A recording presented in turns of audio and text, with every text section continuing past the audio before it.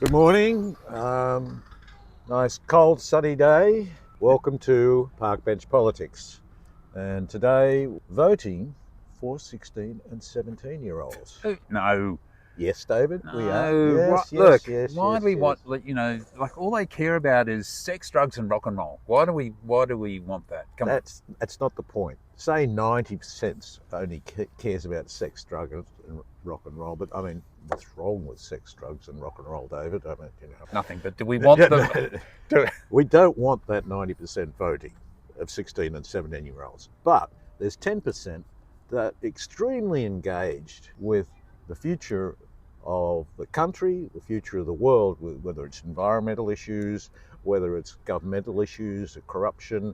They are extremely engaged. The And job market too, I guess. yeah, and it's their future we're Yeah. talking about, right? Yeah, sure. Not our future. We're not going to be around, but they'll be around, and their future has been determined by a bunch of old people Old in farts Parliament. like us. Old farts, yeah, including the occasional female. Well- Let's talk specifically about the 16, 17. You get an extremely intelligent, engaged 16 or 17-year-old, and the proposal is that you let them voluntarily register to vote from the day they turn 16. I guess all they've got to do is put their name on the electoral roll. Yes, they have a special category on the electoral roll.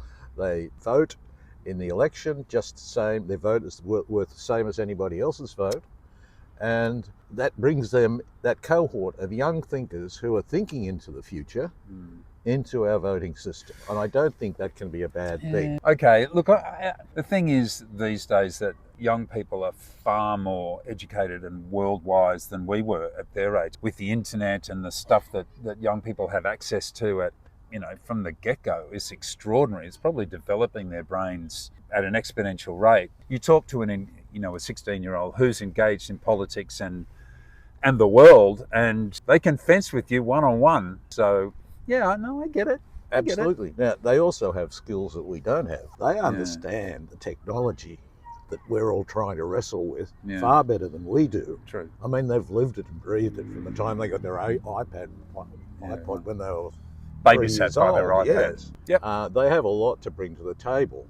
I can't see any downside. Yeah, no. I mean, when we started this conversation, you go, oh, no. And a lot of people out there will say, no. Yeah. But think about it. Okay, I'm coming around. So for the people who really want to have their say, sure, why not? Why not? I can't conceive of any of that 90%, if 90% is the figure, I don't know what it is. I can't conceive of any of those 90% bothering to register themselves on the electoral roll when they're 16. But there are a lot who would be interested, and they bring a lot to the table, and they're going to improve our electoral system. Okay. I rest my case. Okay, well, break out the sex, drugs, and rock and roll then. Come on.